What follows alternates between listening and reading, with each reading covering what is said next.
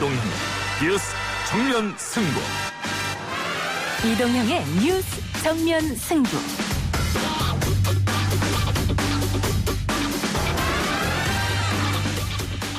청취자 여러분 안녕하십니까, 이동형입니다. 당정이 코로나19 재확산에 따른 재난지원금을 선별 지급으로 방침을 정한 가운데 다른 목소리도 들립니다. 우리 민주당과 정부는 코로나 피해 국민을 지원하기 위해 민생 대책을 신속하게 결정하고 추진하겠다는 말씀을 다시 한번 드립니다. 큰 경제적 어려움을 겪고 계신 소상공인 또 자영업자들의 삶을 꼼꼼하게 챙기도록 하겠습니다. 오늘 더불어민주당 최고위에서 김태년 원내대표가 한 발언이었습니다. 일부 자영업자도 전국민 지급을 찬성한다는 보도가 나온 데 이어 이재명 지사는 홍남기 부총리에게 1인당 10만 원이라도 1차 지원금 성격의 전국민 보편 지급을 하자고 건의했습니다. 한국 중소상인 자영업자 총연합회 방기용 회장 연결해서 입장 들어보겠습니다. 대통령이 뭔데 국가를 부정하는 거죠. 사과해주면 우리는 강화문 집회고 뭐고 그만두겠다. 사과 안 하려면 물러나라. 한 달 후부터 나는 목숨을 던지겠습니다. 저는 순교할 각오가 되어 있습니다. 한 달 동안의 기간을 주겠습니다. 국민에게 사과하십시오. 오늘 이슈 언박싱은 한 주간의 뉴스들을 깊이 있게 분석해보는 시간입니다. 사랑제일교회발 집단 감염과 방역 거부로 혼란을 야기한 정강훈 목사는 퇴원하고서 또 논란의 발언을 이어가고 있습니다. 관련 소식과 이번 주 주요 쟁점 이슈들 이슈 언박싱에서 유지만 기자, 신장식 변호사와 풀어가겠습니다. 오늘 체결하는 정책협약의 내용에는 균형 있게 추진할 내용들을 담았다는 말씀을 드립니다. 의료계 전반에 대한 결의와 의견 동조를 위해서 노력해 주신 대한의사협회 최대집 회장님께 감사하다는 말씀을 올리겠습니다. 대한의사협회가 아주 강한 반대와 항의의 뜻을 표하고 합의문을 도출하게 됐는데 늦었지만 환영한다는 뜻을 말씀을 드리고 이것이 철저히 이행될 수 있도록 양측에서 최선의 노력을 다했으면 합니다. 밤샘 협상을 통해 의협과 정부가 일단 파업 중단과 정책 원점 재논의라는 큰 틀에서 합의를 했습니다. 그러나 전공의협의회는 자신들이 빠진 졸속 합의이며 따를 수 없다는 입장을 발표했는데요. 그간 의사 집단에서 발표한 여러 메시지들은 국민 정서나 여론과는 맞지 않는 측면이 있어 비판을 받게 됐습니다. 이 가운데 의료 현장을 지키는 의사 외 의료진들의 고통도 커지고 있는데요. 바로 간호사들이죠. 보건의료노조 나순자 위원장 연결해서 이 상황 정리해보겠습니다. 오늘 연예뉴스에서는 SNS를 중단한 이효리 한해슬 소식 전해드리고 그 배경과 이슈를 풀어드립니다. 또 한 주간의 빅데이터 뉴스도 마련되어 있습니다. 9월 4일 금요일 이동의 뉴스 정면 승부 시작합니다.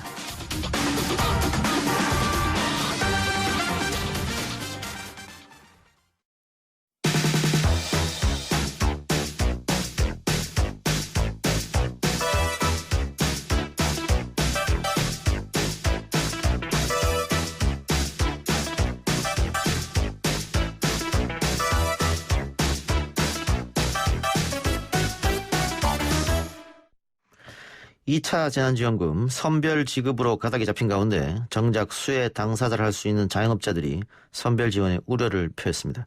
어떤 이유인지 직접 이야기 나눠보겠습니다. 한국 중소상인 자영업자 총연합회 방기홍 회장 연결합니다. 방 회장님 나와 계십니까? 예, 안녕하십니까. 방기홍입니다. 예, 회장님 현재 천안에서 문구점 운영 중이시라고요? 예, 그렇습니다. 코로나19 재확산 이후로 장사 좀 어떻습니까? 이 재확산 이후가 그전보다 더 어려워진 상황이라고 보시면 됩니다. 예. 많은 자영업자들, 특히 음식점, 또 주점 하시는 분들은 더 어려운 것 같습니다. 아예 셔터를 내리고 계신 분도 계신다고 들었어요. 그렇습니다. 거의 개점 휴업 상태고요. 아예 영업을 중단하고 문을 닫고 있는 사람들이 많죠. 예. 그런데 지금 또 사회적 거리두기 준 3단계가 연장돼서 더 걱정이 크시겠습니다. 그렇습니다. 몇 개 업종들은 아주 집합금지 명령을 통해서 영업을 아주 못하는 상황이 벌어지다 보니까, 그 어려움은 지난 8.15 광복절 집회 이후에 과중돼서 더 말할 수 없이 어려워졌다고 보시면 될 것 같습니다. 예. 확산시킨 사람들은 따로 있는데 이 폭탄은 억울하게 왜 우리 같은 자영업자들이 이렇게 피해를 봐야 되니 도대체 이해할 수가 없습니다. 그러게 말입니다. 자, 그래서 어쨌든 급한 상황이기 때문에 정부가 2차 재난금을 지급하겠다. 다만 어려운 사람들한테 선별적으로 지급하겠다. 자영업자들이 우선적으로 지급하겠다. 이렇게 얘기했는데 지금 네. 자영업자들이 선별 지급보다는 전부 다 주는 게 낫다 이렇게 말을 했다고 해요. 어떤 이유인가요? 그렇습니다. 뭐 저도 이제 자영업자이기 때문에 예. 일반적으로 보편적으로 다 전 국민에게 줄 때 30만 원 정도 받는 것보다 한 돈 100만 원이라도 이렇게 지급을 하면 당장은 좋은 것 같아 보이지만 예. 우리가 1차 재난지원금 때 경험을 해본 경험으로 보면 예. 그것이 훨씬 더 유리하지 않다는 거죠. 왜냐하면 우리한테 100만 원을 주게 되면 뭐 우리가 직접 그 돈을 어디다 사용하느냐 하면 임대료를 준다든지 예. 공과금 밀린 걸 낸다든지 예. 또는 직원 급여를 이렇게 지급할 수 있는데 쓰겠죠. 예. 그렇게 되면 한 번 쓰여지고 말기 때문에 소비 유발 효과가 전혀 기대할 수가 없는 아하. 거죠.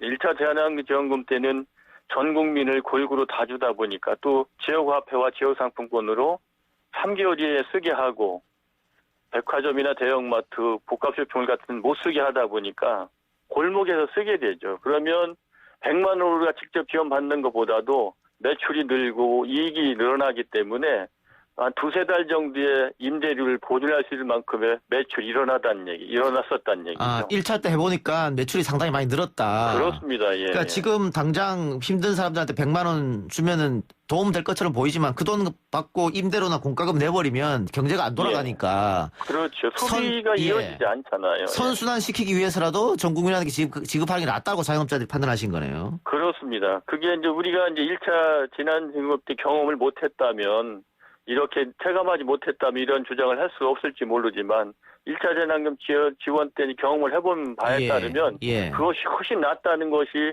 거의 대부분의 자영업자들이 동의하는 거고요. 아시는 것처럼 국민들의 여론도 60%가 넘게 전체를 줘라. 이렇게 요구하고 있는 걸 왜 굳이 선별적 지급을 하려고 하는지 뭐 선별적 지급해서 어려운 사람들에 더 두텁게 지원하는 것도 논리적으로는 뭐 합리가 있게 들릴지 몰라도 우리 자영업자 입장에서 보면은 대다수 모든 국민들의 골고루 줘서 그것이 소비가 일어나고 골목에 쓰여지게 하고 지역에 쓰여지게 하는 것이 훨씬 더 도움이 된다는 그런 말씀입니다. 예.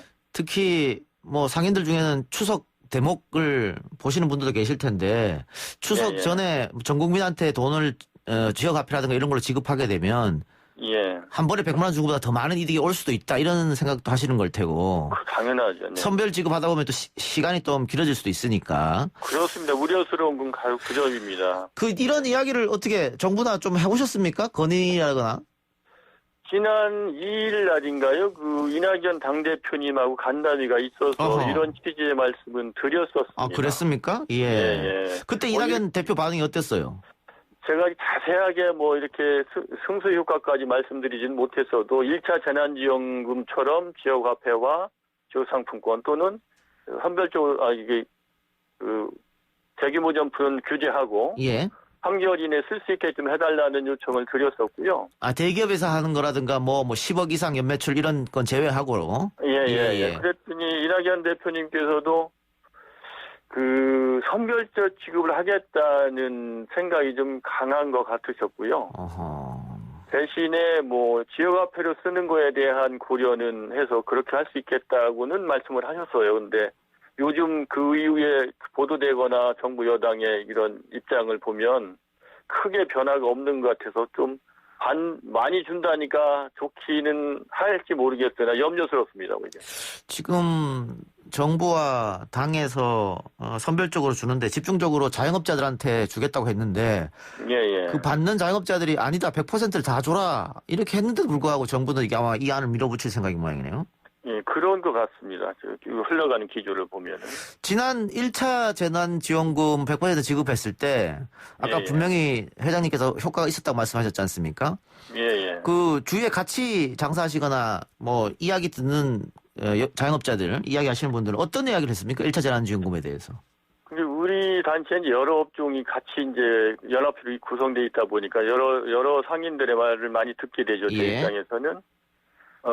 전통시장 같은 경우는 대목 같은 기분이었다고 말씀하시고요. 대목 같은 기분이었다. 우리 골목 같은 데도 뭐 편의점이나 작은 가게, 카페 이런 데들도 그야말로 그야말로 다시 경기가 활성화된 것처럼 그런 기분이었다. 식당들 역시도 같은 주장을 했었고요. 회장님 가게는 어땠습니까?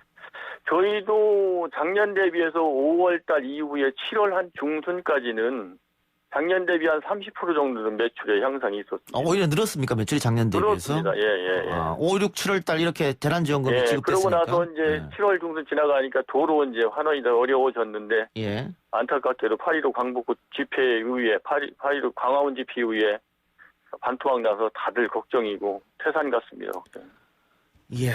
그 이재명 경기도지사가 그러면은 정 안 되면 국민 1인당 10만 원씩이라도 지급하자 이렇게 얘기했는데 이 안은 어떻게 보세요? 좋은 방법이라고 생각을 합니다. 정부가 생각하고 있는 선별적 또는 어려운 사람들 두텁게 지원하는 것도 일리가 있는 말씀이기 때문에 그게 어렵다면 우선적으로 그렇게 선별하다 보면 추석 이전에 집행되기도 어려울 수 있잖아요. 이 어려운 시 추석을 우리가 견디게 하려면 30만 원, 50만 원 줄 걸 작은 돈이라도 우선적으로 전 국민에게 작게라도 지역화폐로 뿌려줘서 일단 숨통은 트게 하시고 그러고 나서 아까 얘기대로 그 집합금지 명령을 통해서 영업을 정지당하기 위해서 어려움을 겪는 업종들이 있잖아요. 자영업자 중에. 이런 걸 추가적으로 현금 지원을 한다거나 이런 방법을 취하는 게 더 현명하지 않겠나. 그래도 효과적이지 않겠나 그런 생각을 합니다. 일단 당정이 선별 지급으로 가닥을 잡았습니다만 아직 결정은 하지 않았습니다. 시간이 아직 며칠 남아 있어요. 회장님 마지막으로 자영업자를 대표해서 정부에게 당부 말씀 한마디 해주시죠. 어려운 시기에 정부가 지원을 해준다니까 너무나 감사하고 고마운 일입니다. 그러나 그것이 효과적으로 집행될 수 있었으면 하고요.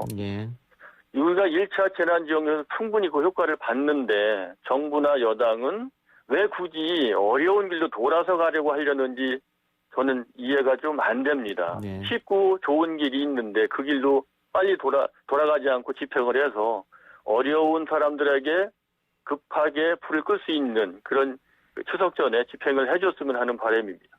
알겠습니다. 회장님 오늘 인터뷰 고맙습니다. 예, 고맙습니다. 지금까지 한국중소상인자영업자총연합회 방기용 회장이었습니다.